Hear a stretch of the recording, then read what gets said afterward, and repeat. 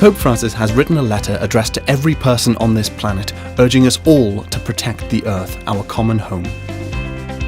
In the letter, he says, "The Earth is God's gift to us, full of beauty and wonder, where the fruits of the earth belong to everyone. But what we see today is that our common home has never been so hurt and mistreated as it has been in the last 200 years. We have developed at a greater speed than we could ever have imagined. We have treated the earth like it has an unlimited supply of resources, taking more than our fair share from most people on the planet, as well as future generations to come. We have stripped the earth of its natural forests, contaminated the earth's waters, its land, and its air. Plants and species are becoming extinct at an alarming rate. The earth, our home, is beginning to look more and more like an immense pile of filth. Our increasing use of polluting fossil fuels, especially coal, oil, and gas, is helping to drive climate change, which is one of the biggest challenges we face today. Climate change affects us all, but it is the poorest communities who suffer the most. We are now at crisis point, where the future of our common home is under threat. And despite this crisis, there seems to be no slowdown in the lifestyles of the rich nations.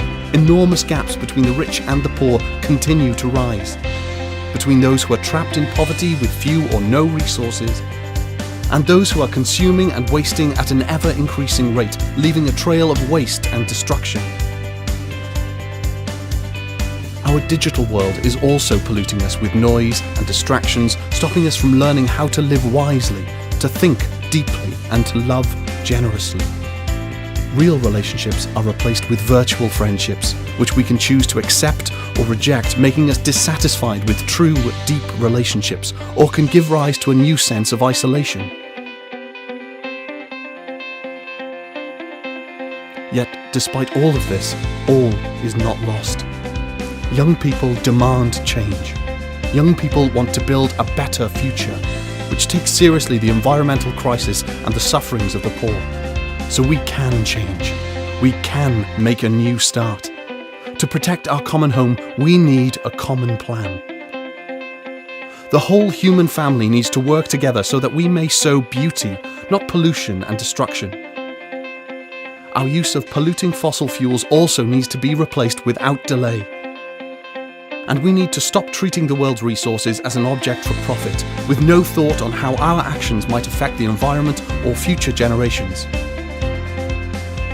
So let's put love for the world and love for our neighbour into action by living together in harmony, listening to one another, caring for nature, and getting involved with society and politics.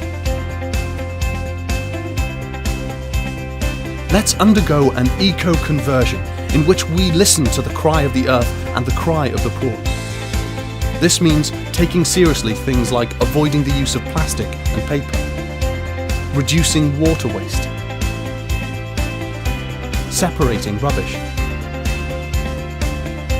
and using public transport as a part of our calling to protect creation. But more urgently, we need to slow down on how much we consume and throw away. We can find great joy and freedom in living simply, rather than always on the lookout for what we do not have. We are capable of these changes and making a new start. So let us make that start today. Signed, Pope Francis. Laudato Si, a letter from Pope Francis on care for our common home.